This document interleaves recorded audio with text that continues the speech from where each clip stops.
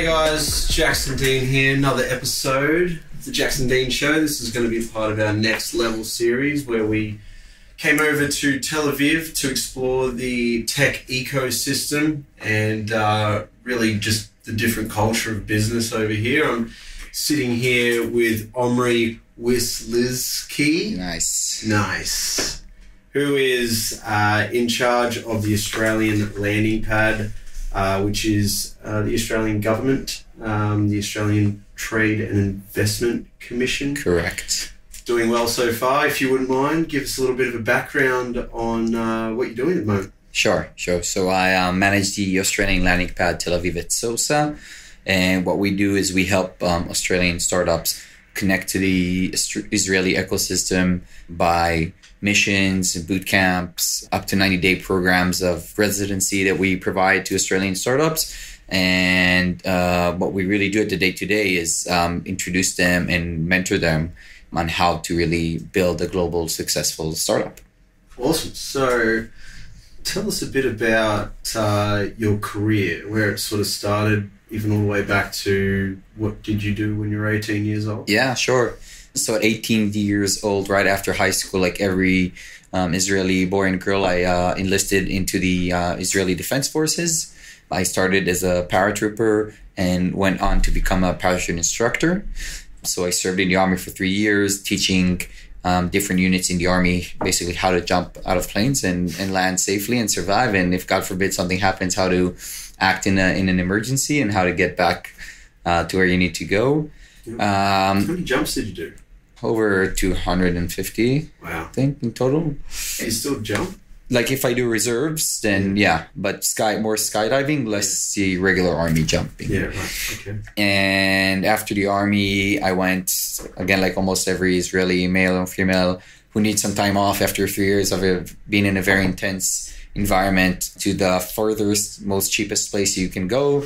For most people, it's India or South America. For me, it was South America, and I traveled all around the continent for about 8 months. Yes. I returned, went to school, wanted to change the world, thought, hey, go be a diplomat, a politician, study law and government. That's a good way to do it, Like we don't have enough lawyers in this country. But that was I didn't really connect to what was happening in those classes.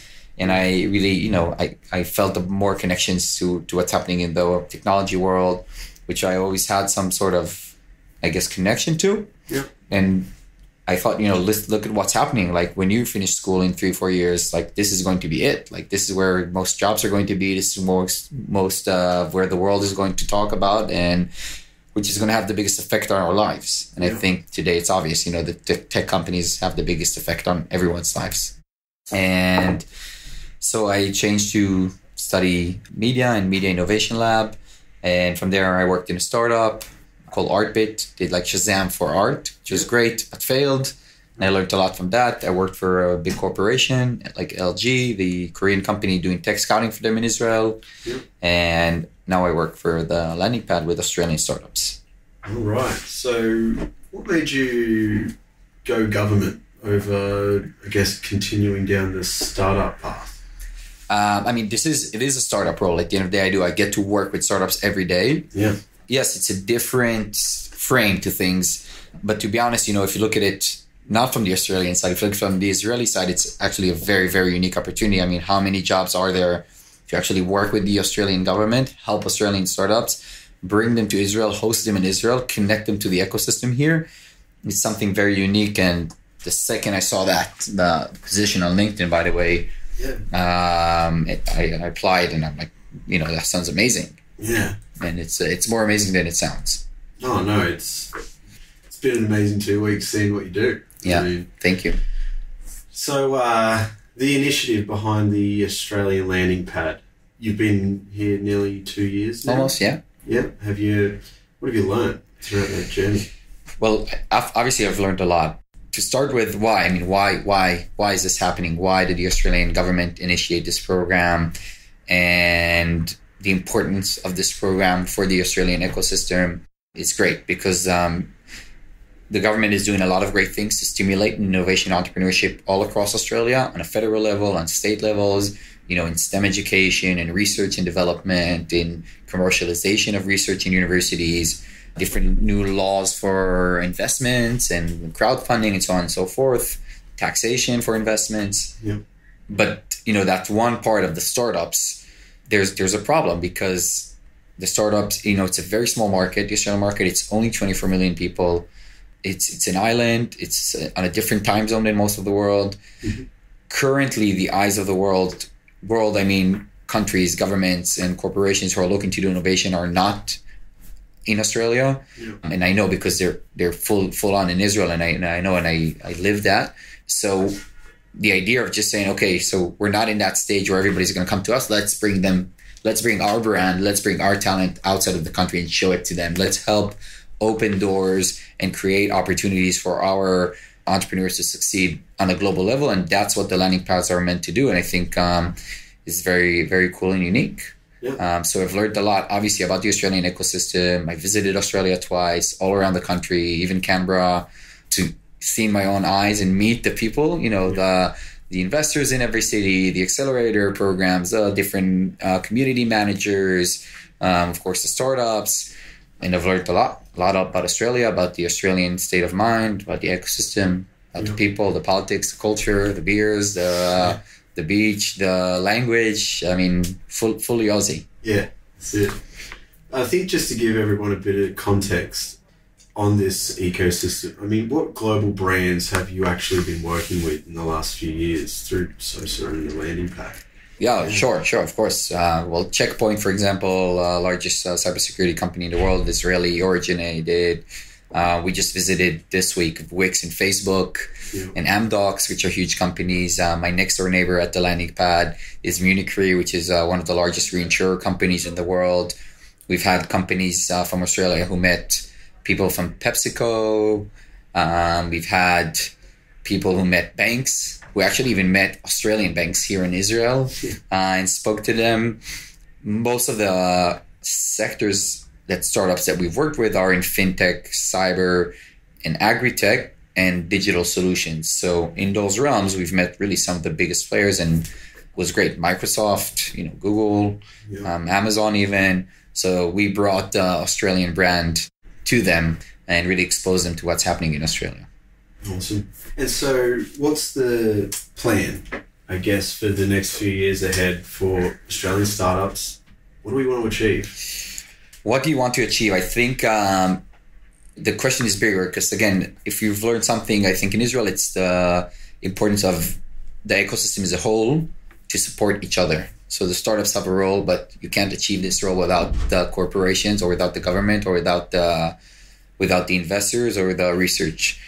I think what Australian startups need to put their goals in is how do we speak and think global from day one? Yeah. And that's something that needs to change very fast. It's the language that people use. I always give the example of when you present yourself, are you an Australian company or are you a global company based in Australia? Yeah. The money that you're looking to raise, is it Australian dollars or US dollars, which is, the currency that everyone in the tech world uses when they talk about startups. Yeah. It's the co-founders agreement that you sign. It's the strategies that you use. It's the tools, the code that you write. Are you dreaming from day one that my company will be a global scalable company and not just a local company? And that's the biggest thing that needs to change in people's mindsets, visions, dreams, just the understanding that you could do it because there's no reason why. At the end of the day, I learned that the Australian entrepreneurs are extremely intelligent people, very hardworking, very open to learn and connect, and extremely lovable. It's like something that doesn't exist, I think. Everybody loves the Australians, want to work with the Australians, collaborate with the Australians, and it's something that everyone needs to leverage on a global scale. I love you too. I love this, but feel free to ask me questions. Okay. I really want to expose, how misguided, I guess, the worldviews are on Israel and on what we would think about, even having a business in Israel. Yeah. It just is very different to the before I came here. Even. Yeah, of course. I think everyone in the world, including myself, has prejudiced opinion on places, on people, based on what the media and the stories that we've been told since we were born. Yeah. So I feel that. I definitely don't want to talk politics. It's not my role and not something I want to get involved in, but happy to ask you, like tech-wise and startup-wise and business-wise, you come from Australia, you have a working business, you're helping companies grow and scale globally and attract companies and businesses on a global level. What did you learn from being here that you think you could take back home with you to change your business or grow or help your customers? Yeah, I mean, the first thing is just mindset. Like in Australia, we are so fascinated and fixated on money and currency as like our method of transaction, whereas the culture in Israel is the complete opposite. It's completely upside down, where their method of transaction is social capital. It's helping your fellow entrepreneur. It's providing introductions with no expectation of needing an introduction back. It's obviously the mindset that has grown this country into the startup nation. Everyone's helping everybody. Any business owner at any stage can get access to top line C-level managers, CEOs, venture capitalists that are managing billions of dollars. They'll take a meeting and have a coffee just for the sake of saying hello and giving advice. Like, that is amazing. And it's a big reason, it's a big mindset shift that I had recently before I came, but not too recently before I came. It's just solidified it that there's definitely more to life than just trading on monetary currency. And the Israelis do it better than anyone I've seen. It's just the fact that I can get into a room with the head of product at Facebook and I just ask, can I record this? And he just said, yeah, sure. Yeah. Like, no. Yeah, it's very different. There's more informality.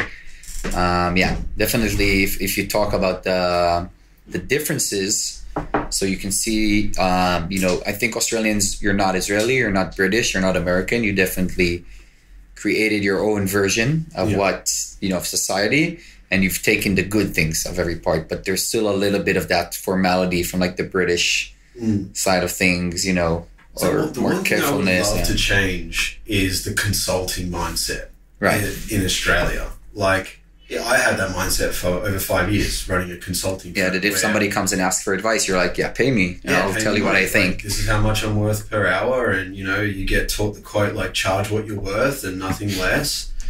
It's not the right way. I don't think now after seeing what's going on over here, I would, traditionally, if I wanted to do an interview with some of the people that were at the caliber that they're at, you're obviously going to get the, send the questions to my assistant and maybe in 3 months we might catch up if I've got the time because I'm very busy. Whereas over here, it's just that everyone just helps everybody and you can ask, really detailed questions, things that you might, in Australian culture think are confidential. They're just open and honest about it. So they know that, they're helping long term, and they know that if they build that, social equity into the relationships that they form, it'll come back in some way later on down the track. And even if it doesn't, there's no expectation that it will, so. I agree. It's a social thing, cultural thing. It's also, specifically when you talk about the Israeli innovation ecosystem, also a maturity thing, In Australia, sometimes I still get that feedback of like, oh, what do you do? I can't really tell you. Or maybe like somebody asked me for an intro and I said, I can introduce you to this guy. And he said like, okay, here's the NDA. I'm like big no, like that doesn't happen. Like nobody signs an NDA. Nobody's going to steal your idea. Yeah. Your idea is worth nothing. The idea is like 1%. To actually take an idea, create a business, build it to be a sustainable, successful business, that's 99% of the work. Your idea is worth nothing, and it's just not legit. If it's not like a, obviously an IP issue, then obviously signing an NDA for just an advice is something that's it's backwards. It doesn't make sense. No one's going to help you. No one's going to, like he says, okay, I want to help you. So now you're going to make me sign something. So it's social also having that level of, we're both on the same side here. We're helping each other.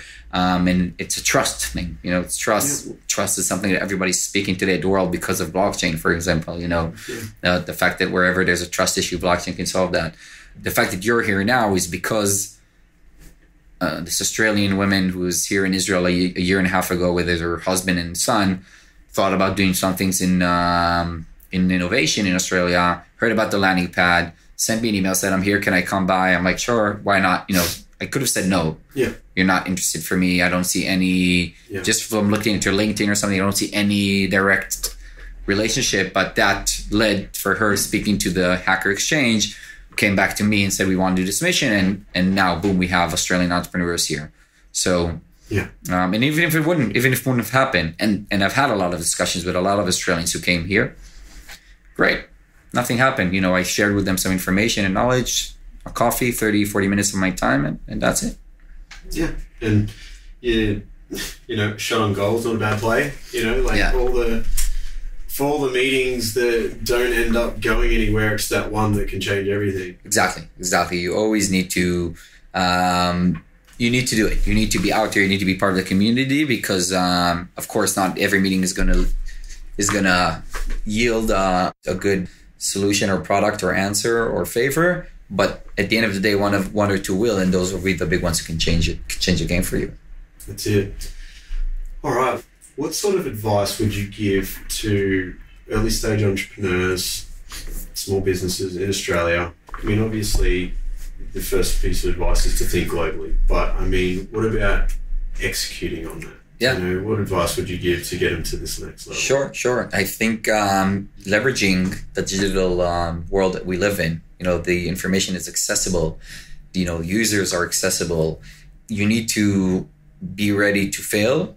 You need to be ready to take 10 steps forward and 20 steps backwards. Mm-hmm. And you need to be extremely, extremely lean and test things all the time. So every day, you wake up in the morning, you're working on a product. Don't ever work on a product alone. Always go and ask your future users, why do they think at this stage? Always do user testing. Always get their feedback. I heard someone call it user developers. Okay, so you use your users, your potential users as your developers for their product. Get the feedback every time, every little thing you add, every button, every change, every pivot. Go ask your customers or your partners, what do they think? So always do that, and always go back and forth with your users, with your partners, with your customers, and what the value is that they get from the product that you're building for them, and how you can become better at that. Be very, very, very lean. Whatever you think you need $1 million to build, if you can't build a good version of it for $5,000, quit. Yeah. It's possible. Everything's possible. Find it. There's people who do it. They'll build it for you somewhere in India or the Ukraine. Build that MVP, build that minimum thing that can show that there's an actual business, there's an actual need here. And from there, run all the time and be lean. Be lean. With every penny, every shekel or dollar or Australian dollar that you spend, be very lean. If you don't do it on your own, it's very lonely to be an entrepreneur. And I definitely recommend having a co-founder with you, but not just a co-founder for the sake of being a co-founder, someone who can actually co-found with you, meaning he can give an added value to the company, to the product that you don't have. Yeah. And it's very important that the founding team of the company can manage the full business at the beginning. If you are two guys with no technical knowledge and what you're trying to create is a technical solution, it's not good enough. You can't rely on other people to build it for you or for people to invest in this kind of solution. Make sure you get the technical guy in with you at the beginning. For sure. So paint a picture of the venture capital investment landscape here in Israel. How big are we talking, and how can it help Australians? You've asked these questions about the venture capital here and how it's going to help Australians. I'll start from the end. Yeah. It probably won't help Australians. So to be honest, and we say it every time, there's so many things that Australian entrepreneurs and startups can learn from being in Israel, but getting money is not something that we suggest you to come for, because the Israeli VCs or global VCs based here are focused on investing in Israeli talent and Israeli startups. Yeah. Saying that, the fact that there's a very advanced investment ecosystem here with over 200 VCs, very strong network of angels, very strong network of global venture capitals with offices here, over 30 years of experience. The fact that these VCs, a lot of them have invested in hundreds of companies that have succeeded or failed. So they have a lot of knowledge. The fact that a lot of the VC people today are people who grew up in the industry, meaning they were entrepreneurs who succeeded and then exited and became a VC, or people, who worked at startups and were product guys or CTOs and went to this VC world to bring their knowledge. So just by meeting these people and having an office hour with them, a one-on-one thing with them. Which you can actually do. Yeah, which you could actually do, because again, people are accessible and that's our job. And even without us, you could do it if you're down for it. Yeah. If you put it in your mindset and you make some connections, you find their emails, most people will say, okay, I'll meet with you. The feedback that you'll get from them is amazing. Okay. But you need to come ready. A lot of the startups that come through the program aren't ready to discuss things on a global level. They don't know very basic things about the market, about the market size, about the business model, which is okay. Business model is okay, but if you don't know basic things like the market size, then you're going to piss them off. Yeah. The VCs here are, they're brutally honest in a good way. So they'll tell you what they think. Yeah. They'll give you advice. They'll share their network with you. And it's amazing. And every entrepreneur we had in the program who had any interaction with VCs here, whether as like a pitching Shark Tank thing or one-on-one, said that was one of the highlights for him. And it really helped him understand better his business. For sure. I consider you a bit of a powerhouse networker. So thank you, I guess. You've built these relationships with, Facebook and Microsoft and Google and VC funds, everyone from all ends of the spectrum in this tech ecosystem. What are some tips that you would give to be good at networking? It's a great question. I think, thankfully, naturally, I have a big mouth. I like to speak a lot. It comes in a more natural way for me, and I understand that it's not everyone's like that. What happens is, people go to like a lot of events. They say, okay, I want to be in the startup world. Okay. So they see a meetup at their town. They go to the meetup. They don't know anyone. They don't have any idea.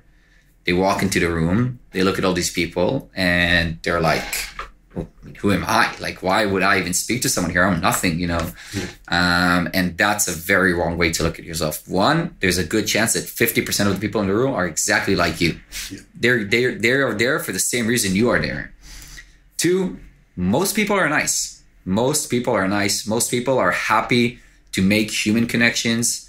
They're happy to know people. They're happy to grow their network just like you want to grow your network. They're happy to learn about things that you do. And by just approaching people and just saying, hi, my name is Jackson Dean and I run social media. What do you do? Most people are going to say yes. They're going to say, oh, cool, this is my name. And or they're going to start a conversation with you. And even if they don't, even if you meet an a-hole because you come and you introduce yourself and you're very nice and he's like, oh yeah, and he's not taking you seriously, fine, go on to the next one. There's 9 billion people in the world. And, a lot of people are going to be happy to make connections, especially in our day and age. Another good way is business cards. Some people come up to me and say, we don't really believe in business cards. And I always say the business card isn't for you. The business card is for you to give someone a business card, because once you give someone a business card, there's like over a 50% chance that he'll give you his business card. Yeah. So if there's somebody that you know he's going to this event and you want to speak to and you want his details, if you start the small talk and he's, oh, by the way, here's my card, good chance he'll give you his card, and boom, you got it. You connect on LinkedIn, you have the Facebook, you send him whatever, your resume if you're looking for a job, or your pitch deck if you're looking for investment, or a question if you're looking for that. And don't hesitate to show your weaknesses and your lack of knowledge. You got to start from somewhere. Yeah. And it's okay to not know everything. Nobody knows everything. And it's okay to say, hey, I don't know, like, good, thank you for teaching me, or let's discuss more, or let me check and get back to you. That business card thing is actually something I learned, because I've been against business cards for a while. Yeah. Because I'm digital. Right, the digital, yeah. It's like, I'll connect on LinkedIn, or I'll even send like a digital business card, but I guess that traditional... And you feel it's working? I feel like it works better because obviously if you're publishing content online, people don't just get a card that has information on it. They get your whole profile and multiple profiles, could be LinkedIn and Instagram. They're seeing you on a personal level, they're seeing you on a business level, they're seeing blog posts, they're seeing articles, they're seeing all these different things. But just that tactic of realizing that giving the business card isn't, so that they have your business card, so that you have theirs. I think that, because I think you should add these people on LinkedIn and follow them on social networks, social media, and so on and so forth. It's great, but that's a cold move. That's a computer move. It's a digital move. It's not a warm, humanly gesture. It's not a gesture. When you take out a card and say, hey, here are my details, that's a gesture that immediately makes a better connection and kind of like takes the level of trust to another level. Yeah. So he might not want to give you his card because he thinks that you're a pain and he doesn't want to help you or he doesn't want to believe in you, or he's like a big shot and he's just being nice, but he'll be nice. Yeah. And you give him his card. And who knows, a lot of the relationships that I've built are, they took years to happen. I went to this event. The first time I saw the person talk, I didn't even approach him. Yeah. The second time, I said like, oh, by the way, this is what I do. And we didn't really get to talk. And the third time I saw him in an event, I'm like, we met a few months ago. How you doing? So for some, it's also, it could be a long run. Not, most people don't connect on like, hey, what's up? Oh, we're soulmates. Amazing. It doesn't happen on that first day. But for some people, it's building it, because you start somewhere. You might next year, when you're going to this big conference in your town, you might be in a different position, and maybe now your position is relevant to what this person is doing. And they're like, oh, by the way, we met last year, or, I'm following you on social media, or friends on LinkedIn from last year. Now I'm doing this and this and this. Maybe we can work together. Yeah. It's also a long run. That's it. All right. Well, moving forward into the next few years, what sort of plans have you got ahead? For myself, well, obviously right now I'm focused on the landing pad and helping Australian startups. I love my job. I love working with Australians. The world is changing like extremely, very, very fast in front of our eyes. And our generation has one of the most unique opportunities to have a huge effect on how the world is going to look in the next 50 years. Like the revolution is happening now. The basic stones for this revolution, where our generation is laying them down. There are a lot of different, sectors and things that I'm interested in, mobility, agri-tech, food tech, social tech, impact. But I've also learned that it's good to think, it's good to dream. It's very important to dream and have ideas or imagine yourself in that next role, because if you build it, it will come. But even if you don't know, just living it, reading about it, going to events, meeting people, discussing these things, even just for fun. And sometimes it's just so hard to plan things. Like if you would have told me, 3 or 2.5 years ago, you will be working with the Australian government and you'll have 40, 50 Australian friends and you'll be visiting Australia. I'm like, hell no, like you're dreaming, man. Like where does that happen? Yeah. So it is being a dreamer, being realistic, saying these are the things that interest me. This is who I am. This is the work environment that I want to be in. These are the people I want to work with. I don't know what exactly I will actually do. What's your feedback on our group that's come over there? Yeah, sure.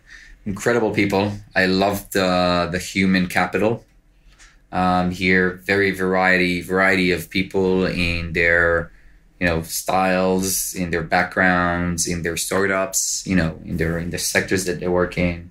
So just sitting in the sessions. And, some of the sessions I've heard before, obviously, if I have a good speaker, I'll bring him back again, why not? And just looking at you guys, looking at your eyes, being amazed or hearing your brains moving and trying to take in everything you're being told.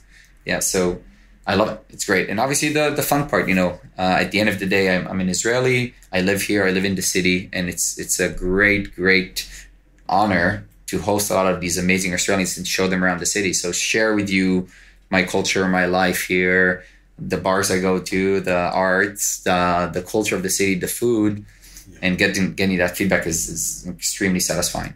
Yeah. Where is the best place to go from here if someone is looking to go to Tel Aviv on a business trip? Yeah. what do you think the best way to make that happen is? Yeah, so obviously, yeah, of course, if you're an Australian startup, then the landing pad is the ideal program for you. I mean, you need to pay for your flight and accommodation, unless some startups or states have different grant opportunities. But the program is free. There's no other place in the world where an Aussie startup can land. I mean, there are 5 locations, but there's no other program where an Australian startup can just land, get free space for 90 days and a free business development assistance that's focused on helping you in the market. So I think we're, the only program really to support that. Other than that, there's other different programs like We've Been Together to Mass Challenge, which is a major successful global program that are happy to host Australian startups in their program, but we'll also be here to help them if they're here, in Israel. And we sit on this very unique position, being the bridge between the ecosystems as working for the government and doing this on an official high level, which is great. So contacting us, definitely. Mm-hmm. And even if you don't want to contact us or you're not sure that we are the right program for you, I'm always happy to introduce you to other people who might be more relevant for you if it's something very specific. Yep.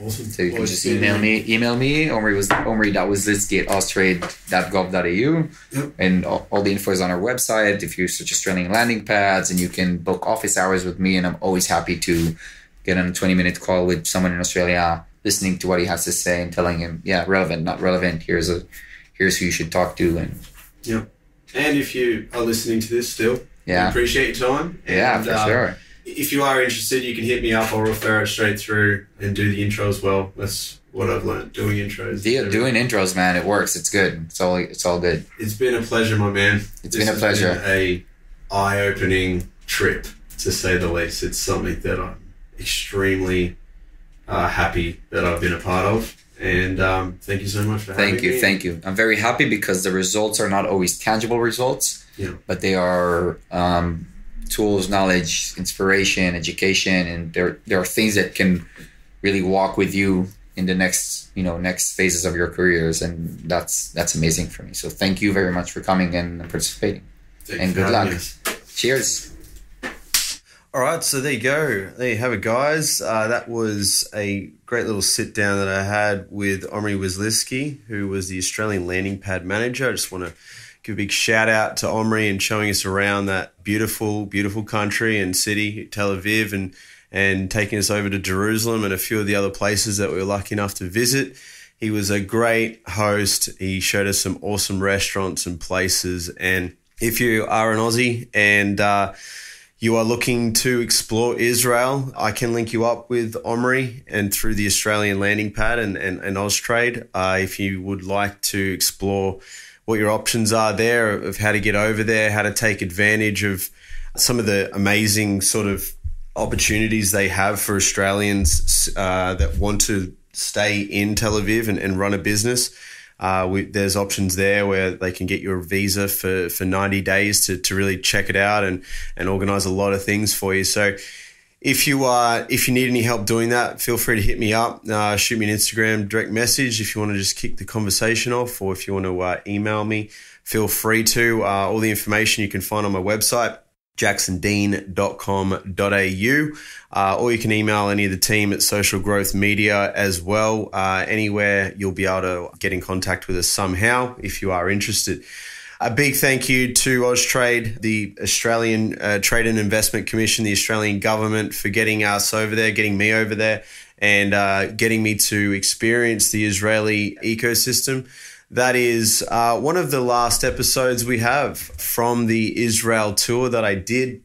Such an amazing place and so many amazing people that I got to meet, and incredibly amazing information that I've been able to bring home to everybody. And I hope if you've listened to any of these episodes that you've enjoyed that information and it's helped you a lot.